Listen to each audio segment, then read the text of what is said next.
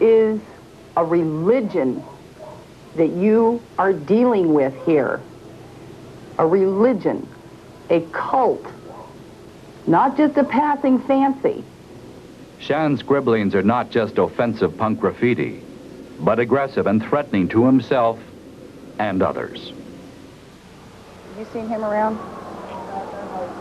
He's 13 here. This is just recently, this last Christmas. No, never seen him before. And so her search began. The picture she's showing was one taken of her son just at Christmas. Tracking down every rumor, Jackie heard he had been at a punk party in this house just 2 weeks after he left home. Jesus Christ. Carefully stepping over the garbage of this known punk hangout, she looks for any clue of her son's whereabouts or any answer as to why he ran away. It's boarded up from the inside. Can't see anything. There is no question about it. They have got him. How are you going to get him back? I don't know. Keep pounding the streets. Can I ask you a question? Sure. Okay. You know anything about this house? Sure, there was a party there about a week or two ago. I'm looking for my kid. Was he there? I heard he was there. Yeah, he did look like one of the kids that might have been there that night. He might have been one of the kids that was there, because there was a bunch of them, about 200, 250 kids that were at that party that night. For Jackie Burrell, there is no answer so far and no solution. And that's what's so frightening. Thank you. You're welcome.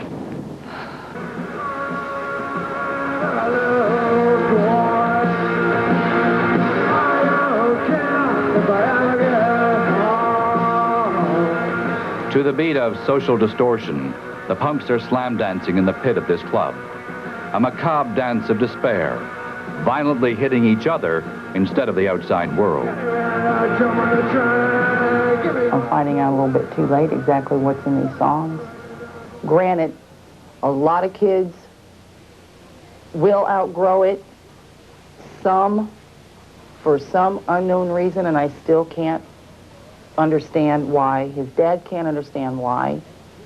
He seems to be one that's just like swallowed up by it. And you don't appreciate a thing. Oh, I'm tired of this. Greg Bodenhammer and his back and control group do well catering to the fears of the middle class. For a decade, he's run a depunking center counseling parents to take punk seriously, regain control. Unrealistic expectations cause a lot of problems. And in this family, Dad and the kids are in battle almost every night. These may not look like prospective parents of punks, but then neither does the mother of Tim Doran, now Razor. Yeah, I just wanted to find out what you think of all this. His stage that he's going through? You think it's a stage? Yes, I hope it is.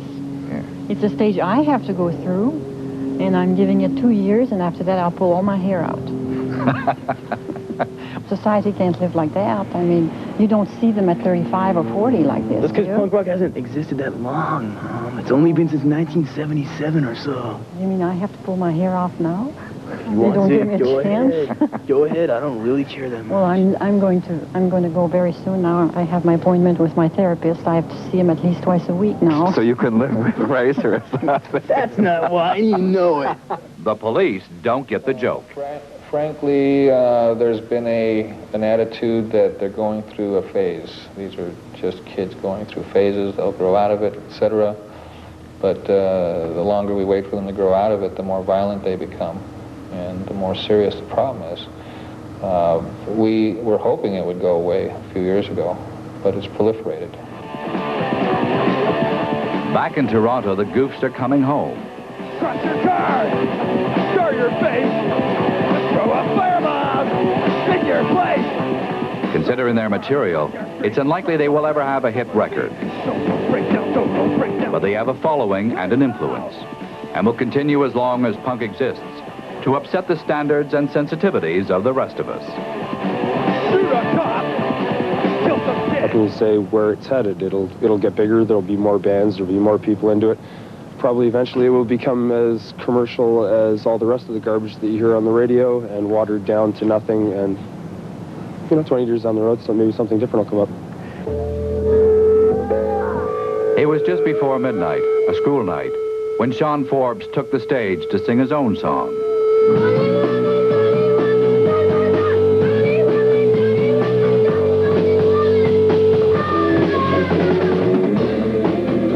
An 11-year-old boy, Sean was born the year punk began, and now he's singing along.